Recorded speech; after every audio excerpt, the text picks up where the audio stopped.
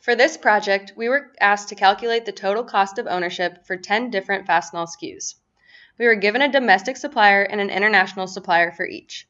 We'll start by looking at the domestic sourcing option. We've picked out one of the 10 products to use as an example. We chose this product, the carbon steel threaded rod, because it accounts for about 53% of total spend when sourcing these 10 products either domestically or internationally. To begin the process, we first calculated freight. This product ships from Pittsburgh, and according to worldfreightrates.com, a full truckload would cost $255. This rate of only 30 cents a mile is a little low, but for the purpose of this project, we assume these costs to be accurate. We then need to convert this number to freight cost per piece. To do so, we take the ship cost divided by the full truckload weight times the unit weight. For this product, we found that amount to be about 4.2 cents per unit. After calculating freight, we moved on to landed cost. To find the landed cost, we take our given FOB per unit cost and add that to the freight cost that we just found. This gives us landed cost of a little over $7. The landed cost becomes our unit cost in the EOQ calculation. This is the formula for EOQ. The annual demand for this product was given at 1.5 million units. The carrying cost is 30%, and the item order cost is $75. For this particular product, the EOQ came out to be 10,297 units, which was well over the minimum order quantity of 500 units. However, with these containers being shipped by truck with a full container weight limit of 44,000 pounds, this order quantity would be overweight for a single container. In this scenario, where we have a partially full container, we have assumed consolidation. This could result in a two-pick, one-drop load where the truck coming from Pittsburgh goes through Indianapolis, where we source the batteries, prior to arriving at the Edwardsville facility.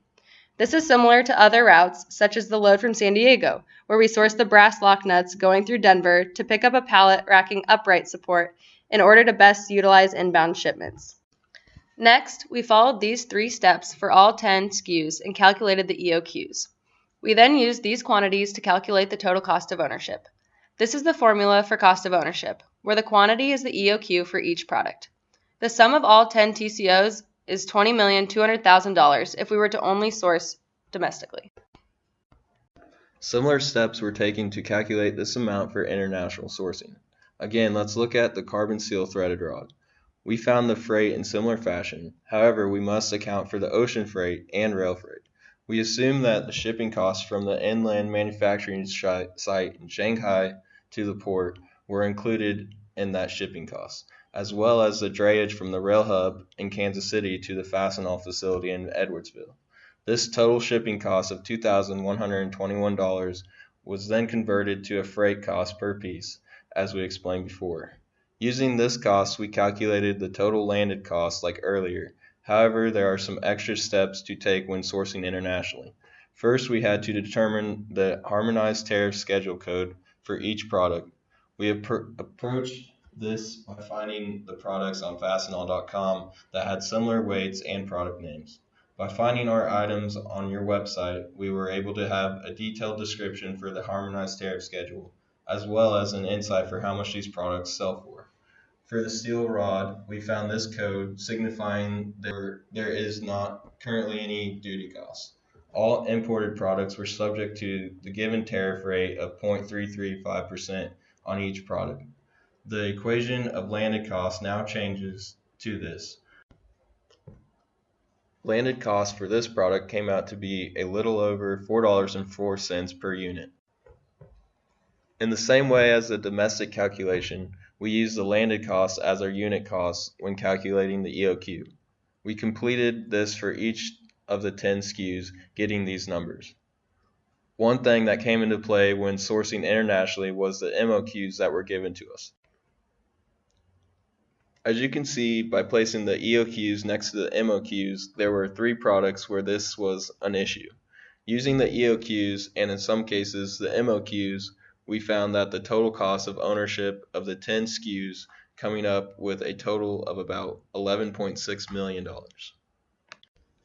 So when comparing these 2 different total cost of ownership amounts, it's clearly cheaper to source everything internationally.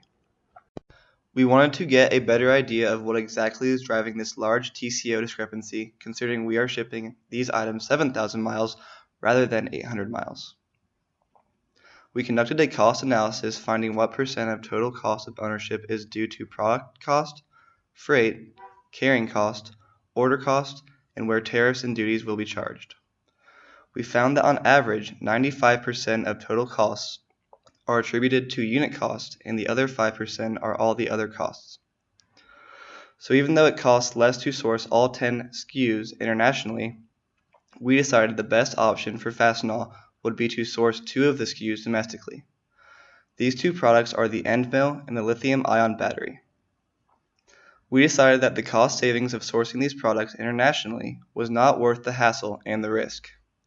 The demand for these 2 products is rather low in comparison, and it would be more convenient to procure them in one order. While the cost is $622 more for the battery and $525 more for the end mill than when ordering at EOQ from an international supplier, we believe that the convenience and the reduction of risk is worth that cost. This is the list of the 10 SKUs, where we are sourcing them from, their reorder point, and their TCOs. Summing these up, we find that the total cost of ownership for the entire project is $11,559,243.21. This model reflects a perfect world scenario, but we don't live in a perfect world.